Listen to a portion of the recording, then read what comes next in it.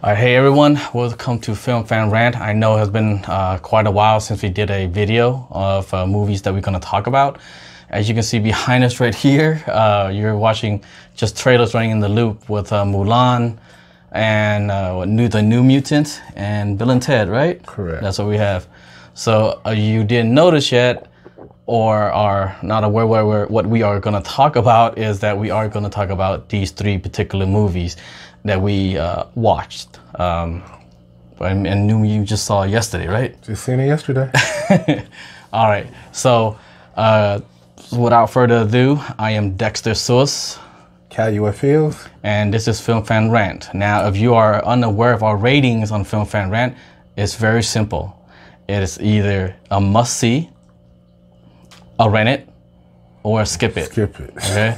So those are our ratings. But we don't just review movies, we actually do talk about them. That's why. So our first movies that I want to talk about is actually Mulan. Okay? Because I've been waiting for that movie for a very long time too. Uh-huh. And it got pushed back, and then it just got dropped on Disney Plus. And it was a little bit disappointing because it got dropped on Disney Plus. I was really wanting to have that theater experience of Mulan, you know? Right. But, you know, I want to see it one way or another, but that's the one thing that I kind of have a little gripe with. I really want to have that theater experience. But beyond that, Mulan to me, okay, I know people say don't compare it to the anime movie. People always tell me that. Okay. But I do have to compare it just a little bit. As far as heart-wise, the anime version do have a little bit more heart to me than the live version. Just a little bit. Not too much, just a little bit. The acting in the live version is really well acted out and everything. Don't get me wrong, the actors that are in there are great.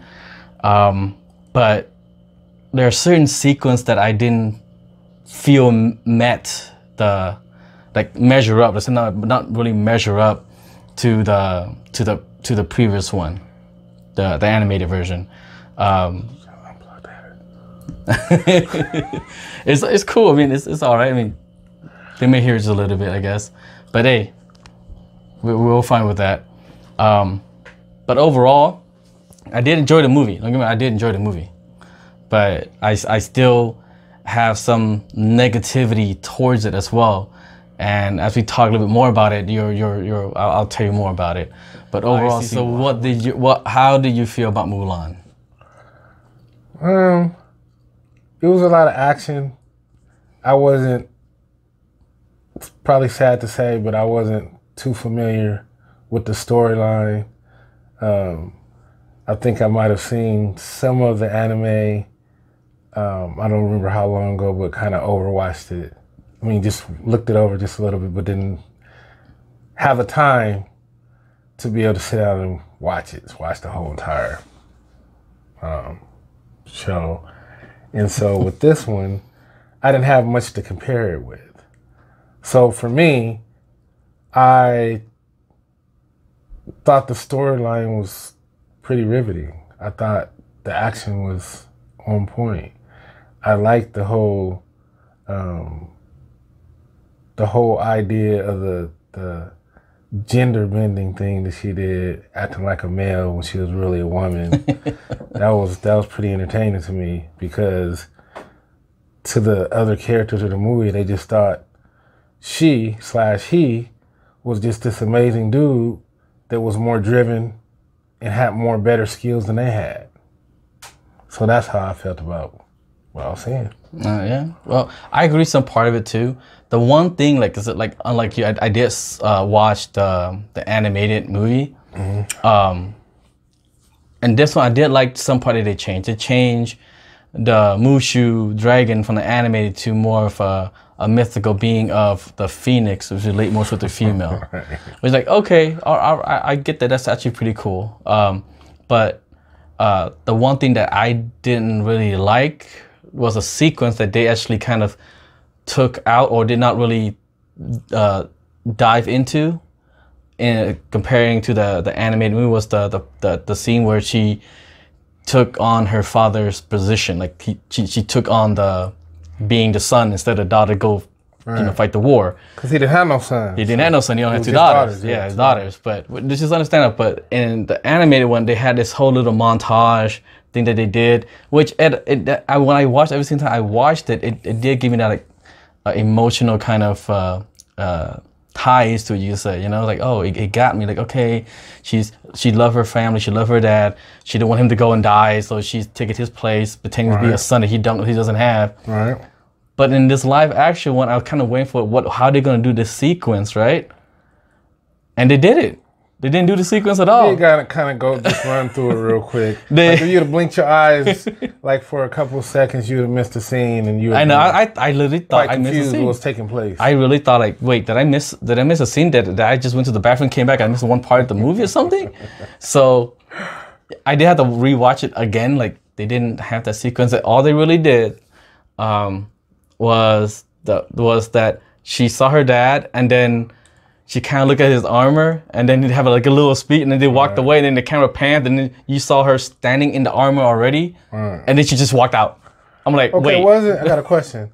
Wasn't the armor supposed to be like based on like a family thing? So your armor basically kind of represented your family or whoever wore it before you, because it was created by maybe a generation or two before you, right? It kind of that way, but this one they didn't really dive into that. It's just basically his old uniform. That's what it was. But they know that they recognize it. That's his old uniform. So in battle, my armor would never be exactly like your armor. No, right? not unless you're like more of a general, more like a lieutenant and stuff like that. Then you have like your own particular type badge. So they're more personalized. Yeah. By the family.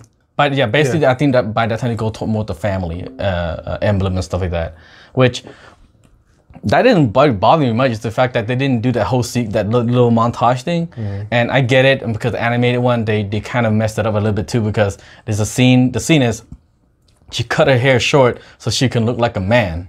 But then it's just during that time period, it's like, well, all the guys had long hair too. So you didn't really have to do that. That's what. That was in the anime. She did that. That's in the anime. Oh, that's why the anime one. The anime. Well, in the movie, she just wrapped it up into a ponytail. Yeah, she did that. And the anime one kind of like a little bit of contradiction of the anime to the live action was that she cut her hair and then she bundled it up and tied it up. I'm like, wait, you just cut your hair. Why you don't bundle it? You didn't have to, right? You didn't have to. Right. It was like double work for no reason at all. Right. But yeah, that's one gripe I would say that I have but I have on the live action Mulan is that. I was actually looking forward on how they would actually do that scene. I didn't want to like picture by picture, like frame by frame of copying the live action, but I was really looking forward to that. Say, how are you going to actually show her doing this little montage? I mean, it made me nothing at all to people, but the way I saw it, to me personally, was that it was a moment of that she chose to make, and it's either going to be is honoring her father, but at the exact same time, she also knows herself. They find out she's a woman, it will be dishonoring to her family, and she'll die.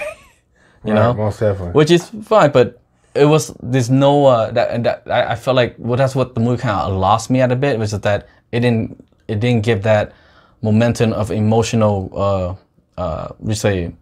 uproar toward what she's doing. You know, I agree. And then as it progressed, I know that you like the action scenes, right? I love the action scenes, and another thing that I thought was pretty over the top is that she was willing to accept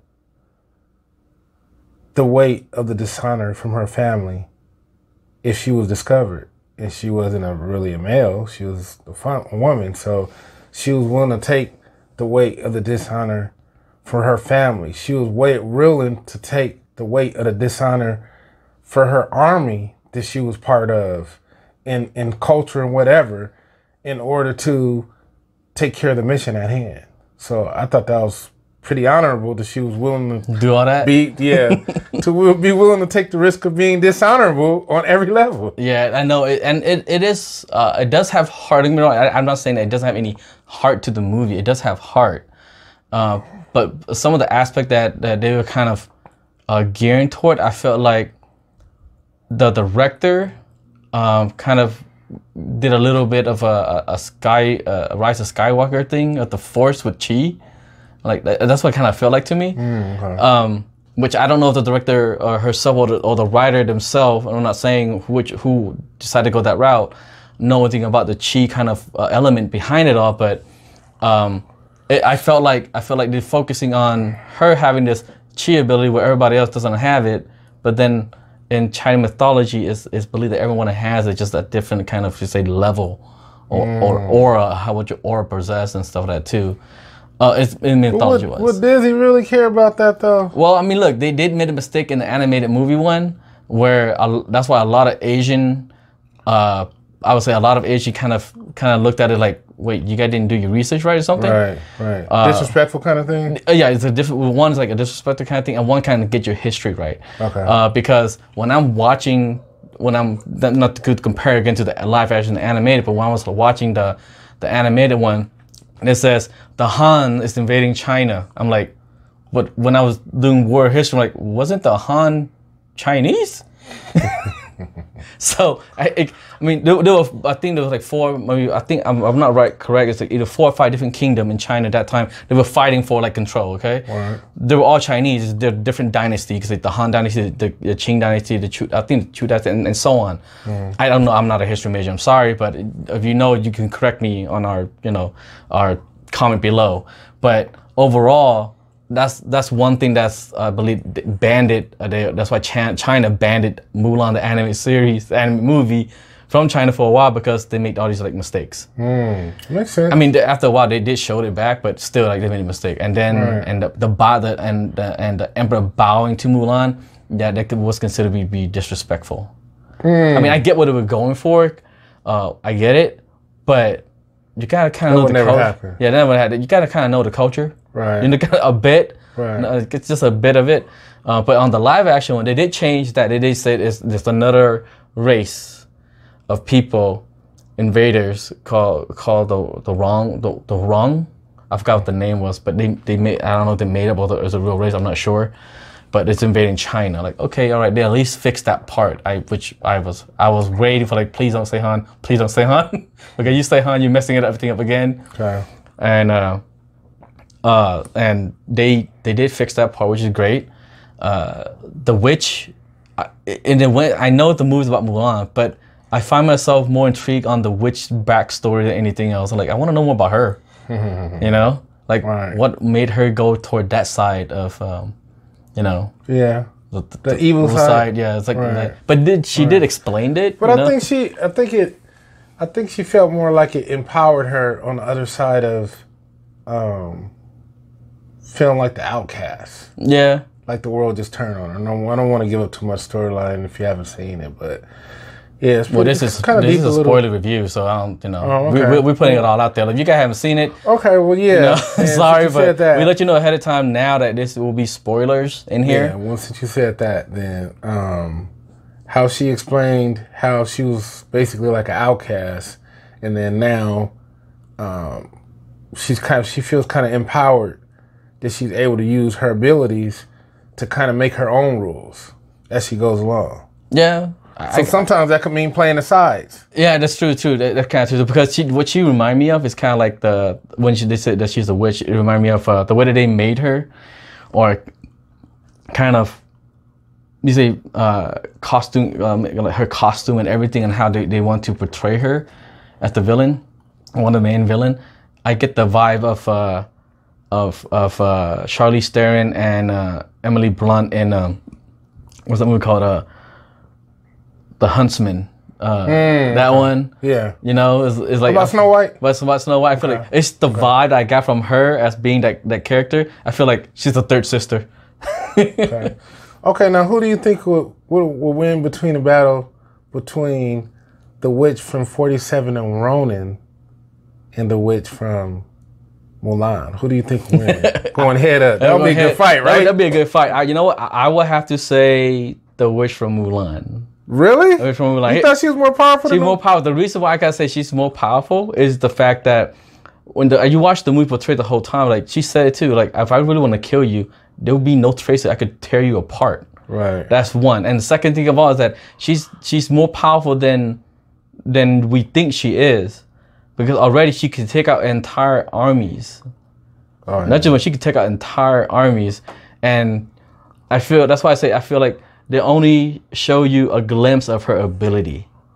And you don't think the witch that they had in 47 Ronin with Keanu Reeves was equally as powerful as that? No, because the witch in 47 Ronin, she like had more like a creep attack. She like a creep attack, but this one she'll just pop up and just rip you apart. Rip you apart. Like she don't even need to creep up on you. She can go head so with you, and if she did creep up on you, it's too late. Right. Like literally, it's too late. She didn't have to wait for you to sleep. You should just like fly into the room, and then you just looked at her, and the next thing you know, you'd be dead on the ground. I agree. That's what I get from it. I mean, overall that part. Now, the action part. This is what I want to talk to you about. I know you like the action, but the action part to me, they have to like the art of going, yeah, then it didn't completely go over for me. Maybe that's because I'm into like a lot of Asian cinema, and I see how you watch like older Asian cinema, how they choreograph it. Right. It's very fluid. It's very you can say like almost like a dance, right? Okay. This one, don't get me wrong, when Donnie Yen, Jet Li, if you don't know, Jet Li is in this movie, okay? Yeah, he did an excellent job. Excellent makeup. You almost didn't recognize him for a minute until you're like, well, that's Jet Li. That's Jet Li. And that's Jet Li's voice. He's the emperor. Just like you know, he is the emperor. And yes, he do kick some ass. A little bit. They gotta show he gotta show off a little bit of his skills. Yeah, a little bit of skills. Right. You can't have Jet Li in there and then don't do nothing. Right. Like he just sit on a throne. That's it. I'm good for that. That's it. No, you gotta have him do something.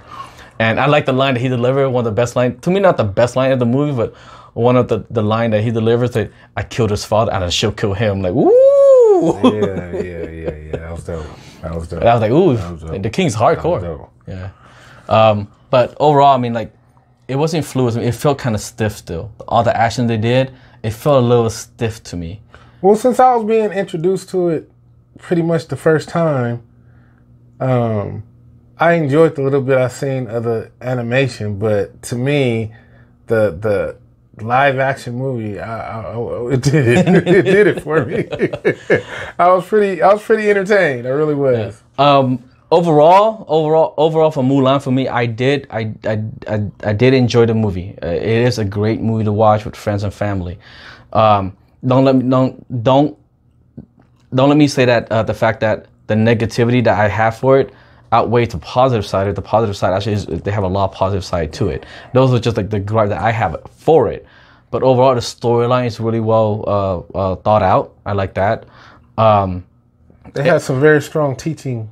Yes, they did. Yeah, there's a lot of wisdom. You can say a lot of wisdom in it. Say like, wow. So that's actually what was really good in it. And overall, yeah, I could watch it again. It's an entertaining movie. I could watch it again. Most definitely. You know, now. What you're waiting for is what we give it. Do we give it as a watch it, a must see, a rent it, just wait for it on stream or Redbox or whatever your choice is, or do we say skip it?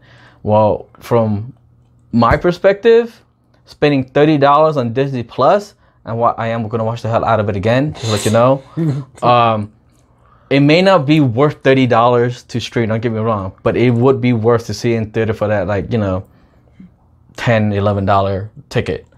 So that's why I say I was disappointed that I didn't get to see it in theater. But getting to see it still, I did enjoy it.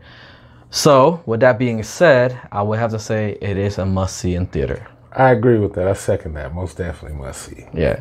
All right. So with Mulan just riding on her horse into the sunset now, the next movie we're going to want to talk about is New Mutant. Okay, New Mutant. Now, this movie had been pushed back pushed back some more. Several times. It felt like 15 years waiting for this movie to come out. It felt like it was never ever going to be right out in theaters ever. And we've been waiting for this. We in a sense, why don't get this wrong, but we did have a little bit of a high expectation of it, and maybe a little bit of high hopes. And I know that when we go see movies, people says leave your expectation at the door. Okay, all right, fine. Yeah, good luck with that. Good luck with that. We try. We try to keep it at the door. Don't get us wrong, but this is New Mutant. Okay, it stars a lot of characters in there. It stars like 5 main characters in there. There's Cannonball, that's the mutant. There's Sunspot, Moonstar, Wolfbane, and Maggie, which is you don't know who she is. She's also should be the sister of Colossus. Those are the characters. As far as the actors wise, I just remember Anna Taylor-Joy. She's Maggie, the sister of Colossus, and I can't say her name from Game of Thrones. I can never say her name. Williams. Her last name is Williams, but I can't say her first name. Sorry. All right. And the other cast is from one of the other casts that you may know him from is from Stranger Things. He played the brother. All right. Can't remember his name either. I'm horrible with names today right now. But yeah, those are our casts. Now, been waiting so long for this movie. We went to go see it, and I was a bit let down by it. I was a bit let down by it. Just a bit? Just a bit. Just a bit. Well, it started off, all right. It started off like this like little action sequence. Like, okay, all right, this looks good. You know, you got the storm going on here, the snow, there's something chasing after this character. Great. All right, we're expecting some action. And also by the trailer that we've been watching, I expected, me personally, a more horror-driven aspect of it, which they did give, but it wasn't like it wasn't horror enough. How's that for it? It wasn't horrifying enough. It fell on the horror aspect of it. I'm sorry. It had like maybe one jump scare, and that wasn't even a jump scare because you're like, okay, I'm here. I didn't get that. You know. I didn't get that. So there was a slow point. Put it like this: there was a slow point in the movie where I got sleepy, and I actually looked around, and I came close to laying on his shoulder, and he would have just elbowed me and get up off of him like any other time. But I like got that sleepy where I looked around, I was thinking like nothing's going on right now. Like nothing's going on, and it don't even seem like it's a prelude to something that's about to happen going on. Yeah. Like it was just nothing's going on and nothing's going on after that and nothing's really going on at all. So if this was the time that you want to go to sleep, it's the perfect time to go to sleep. Yeah, it had I have a lot of sequences that was really dragging, and I kind of understand why they were doing it, but at the exact same time, it was you could have done it maybe better. Don't get me wrong, I'm not a director, but I just feel that getting to know the character, like they want us to get to know the character, but the thing is, I think one of the two scenes that they have in there, we already know the character. They explained it, but then they dragged that out even more. Like, tell me what you did. Like, but we already saw what he did. Or right. Like, why do you feel like they created this other scene to explain again why the characters are there? Then they made another scene explaining again why the characters are there. Like, okay, we got the point. So. Hey, but you do gotta admit they did keep the budget down by having the same 6 characters.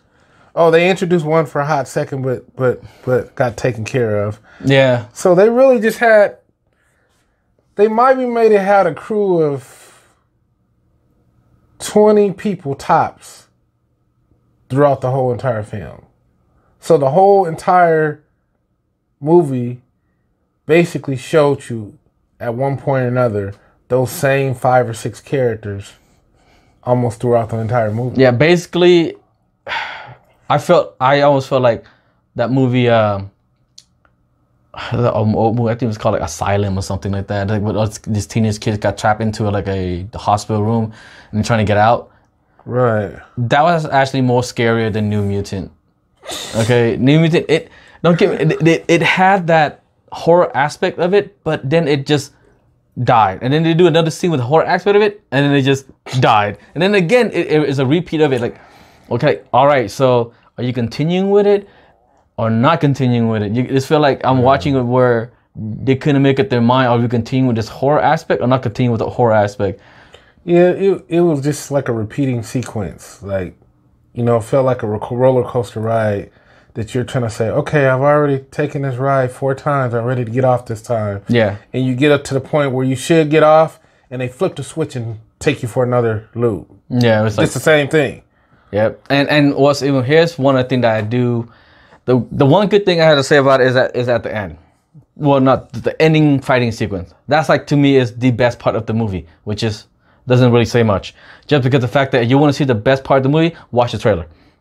Oh yeah, most definitely. They put all the best scenes of this movie in the trailer, literally. But they left one scene out, or they edited it. Is the scene that you watched the trailer? You've seen the scene where the one main character is sleeping in the room, and then all his hands or faces pressing to the wall. Yeah, that's not in there. That's not in there. Yeah. And I was expecting like, okay, this would be like a really good horror scene, but they did. It was taken out, and the scene that replaces it, it was just dumb. All that happened was. It literally was, spoiler alert, she screamed. The doctor ran into her corridor and opened the door, and she stood up next to her bed, and she's like, have jelly all over her body or some shit like that. I don't know what that thing was, but it's supposed to be blood, but it wasn't even look like blood. I'm like, wait. Some jello, huh? It looked like some jello stuff. Yeah. I'm like, wait, that was it? That was your horror? You just screamed? Effects? That was it? Yeah. I'm like, you could just left that Rick Baker, no Rick Baker effects, huh? No, nothing like that. I thought she could have worked out like blood over her or something like that, but no, it really looked like jelly. Like she fell in the pool of like red jelly. They could take a tip or two from Quentin Tarantino, huh? On that one, yeah, something like that. Something. But and they, as you already know, this is supposed to be like linked to X-Men, which they did talk about the X-Men. Don't get me wrong, but since X-Men have no continuity at all. You yourself would ask yourself, so where in the timeline of the continuity of the X-Men universe this lands on? You pick. It's either going to be for before Logan or after Logan. Not during, or after, like. Well, he's been around for 12,000 years. That, or is it could be like after, what is it, Days of Future Past, or after Days of Future Past? You decide for yourself on that one, because basically they did show a little. They left it up in the air. They totally left it up in the air. They show a little clip like, oh, okay, all right, I've seen this clip before. That was like, oh, all right, I've seen it. So yeah, that's where I would have to say the movie itself overall had high expectation. I'll say for me it had a little bit high expectation that I expected to get out of it. And long-awaited drama, you can say, right? Right. But once we see it, it was a letdown. It didn't. And to me, I don't know about how you feel, with this pandemic of 2020 going on, this was like not the movie that I would have liked to came back into the theater to see. Yeah. The first one to see, like this was like. This was terrible. It wasted my time. Yeah, and nothing to this. The reason why I would have to say I have a little bit more expectation out of it. It's just because the fact that it was reshoot, and then more reshoot, and then editing, right. And then like, okay, all right, they want to get. Feel like they're gonna make it great, right? Exactly. Well, all the time that you have, and I expected this too, because they were like, what's the word? No, they actually says we won't put more horror elements to it. Like, okay, cool. Wow. I want to see that. No. No. I mean, the one scary part that they had under, like the one like, okay, this could be really scary. It came out, I'm like, okay, that was it. Are you serious? That was your scariest part? Oh wow. The best way I could describe the scariest part was when the Blair Witch Project. How's that? Where the guys, the first Blair, where the guy's running around, the camera lying on the ground, and then you hear the girl screaming or the guy screaming, and all you see is this guy standing facing the other way. And that's like the scariest part. Like, wait, that's the scary part? Literally, that's how I felt like. Okay, literally like, okay, so I'm still waiting for the scare. And so I'm like, it was disappointing on that. But so if you didn't get what our rating's gonna be for the new Mutant yet from the last movie, I believe 20th Century Fox is basically Banner's gonna be on. It's just skip it. Don't even waste your time. To go see in theater is just skip it. Now, if it comes on Netflix or Disney Plus, and you have no other movie to watch, and you're like, you know what, I'm bored, might as well. What I'll recommend you do, drink at least a couple shots first, smoke, have an edible, then watch the movie. You might enjoy it a little bit. I'm not even gonna be as nice as Dexter. I'm sorry, I just don't get out like that. This is, and it's not even gonna fit our scale. Like it's worse than our scale that I'm getting ready to say.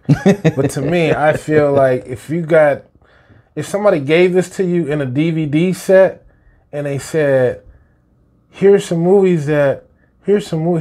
4, 5 movies that I think you'll enjoy, and I included this one, and they include that, you should give that movie back to them and then cuss them out.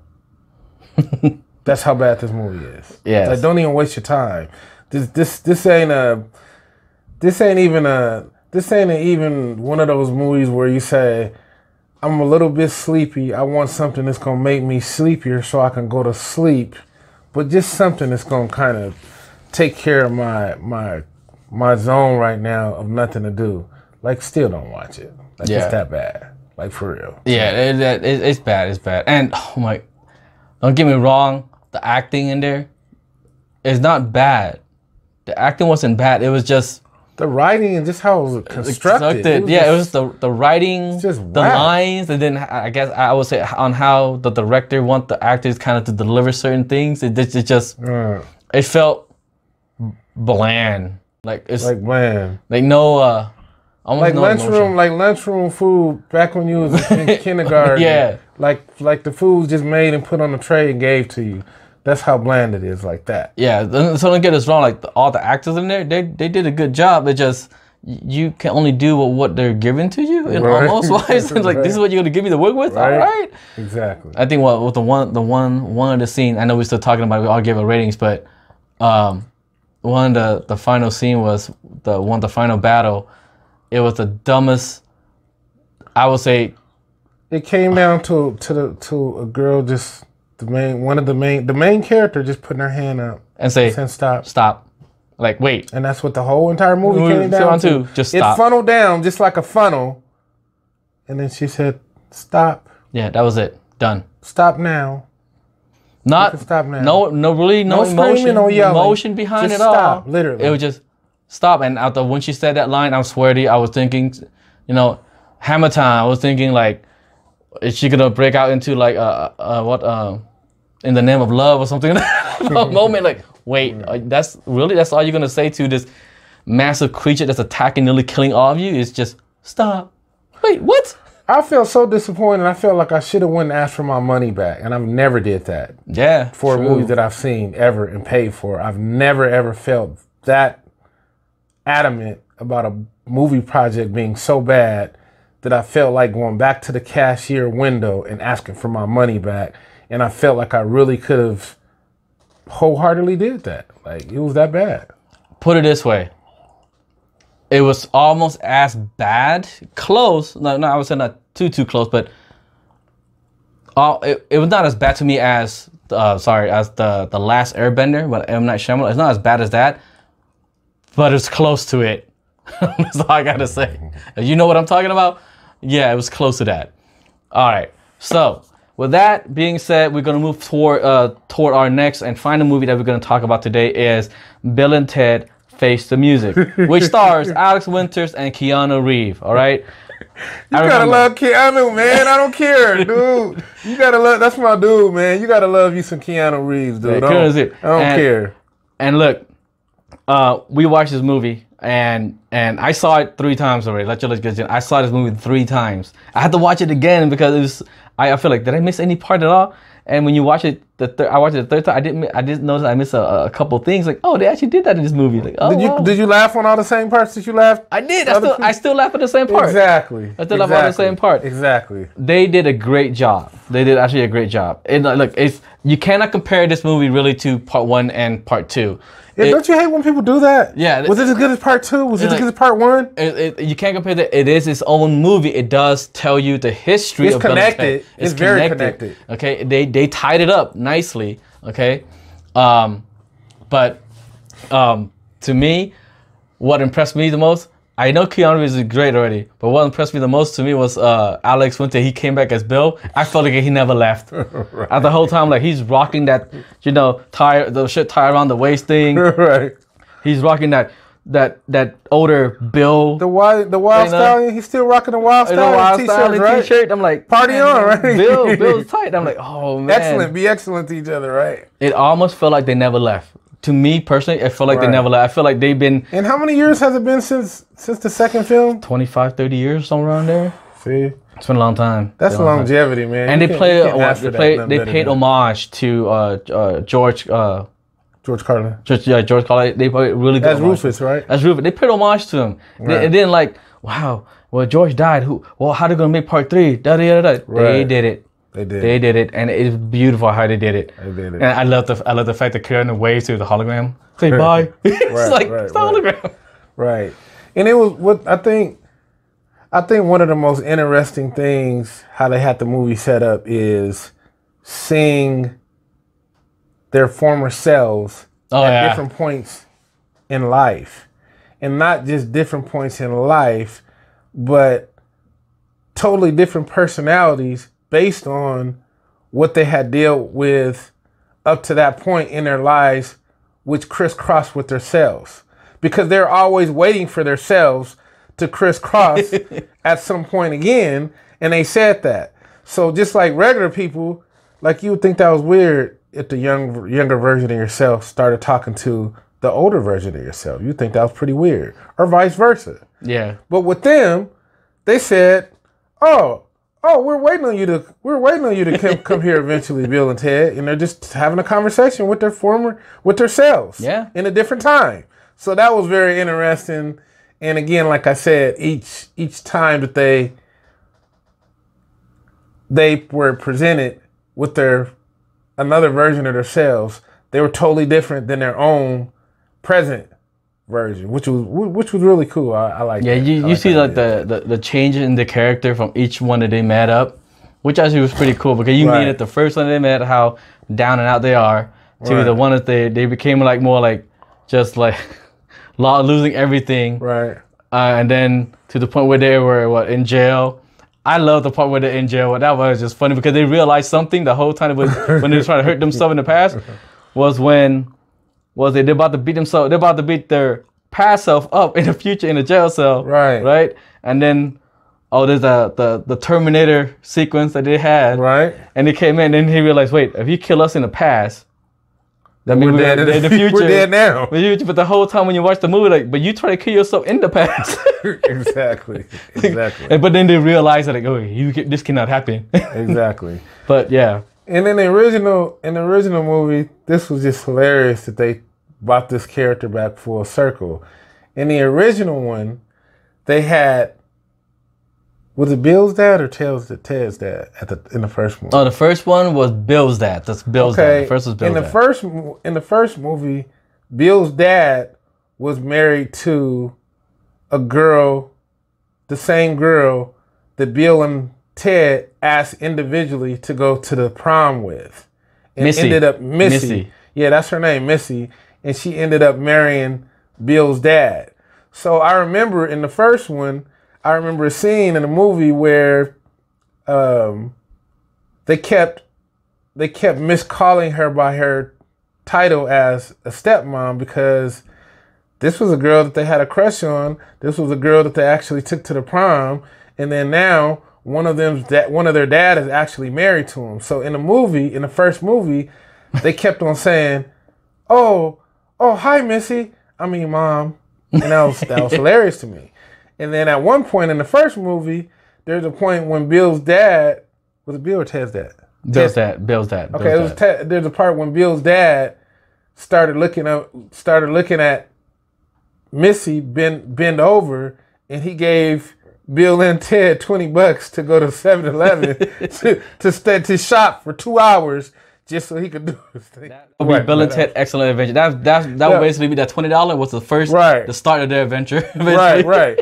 So that's what he said. He said, "Here's $20. Just go to the store and just go shopping for $20." So that character made it through the second film and now the third film. So just how they reintroduced that character is totally hilarious. Yeah, it's wonderful how they reintroduced all the character back. See, the one thing I was afraid of is that when you watch part 1 and part 2, right? On this one,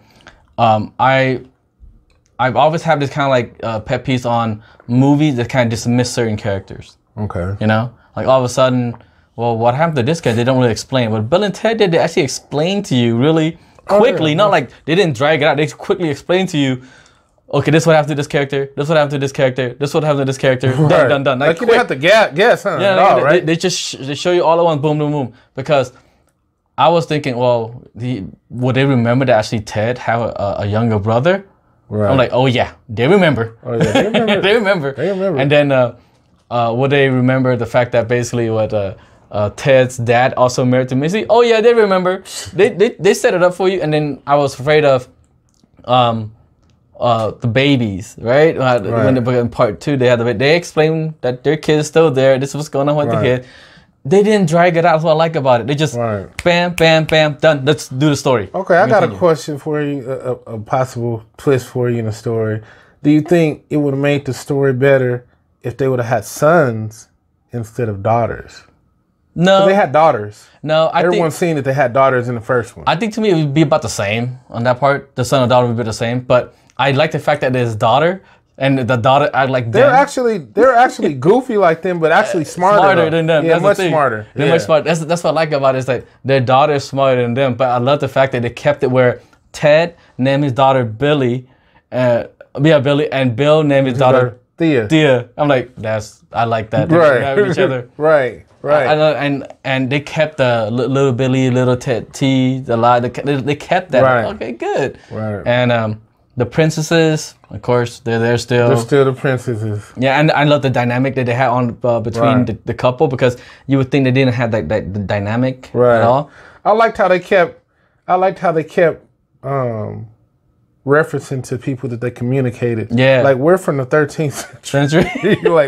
we're not from your time. We're from the 13th century, and the most hilarious thing about it to me is everybody that talks to them in their present time is still denying that they went back in time. Until it happened. You didn't meet Genghis Khan. You didn't meet Mozart. You didn't know all this about it. Why you keep talking about it? And then no, it's true. It's all true.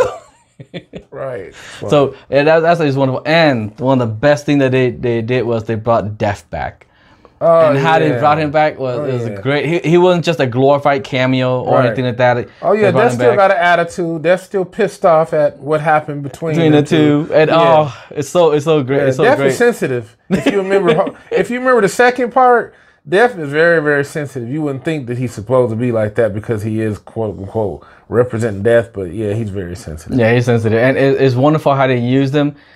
It wasn't a long kind of like drag out thing, which they did it perfectly. Like, here's Death. This is what happened between Death and the Wild Stallion, and they have to resolve it. And then Death back on, and there you go. That was cool. He was crucial actually to the story.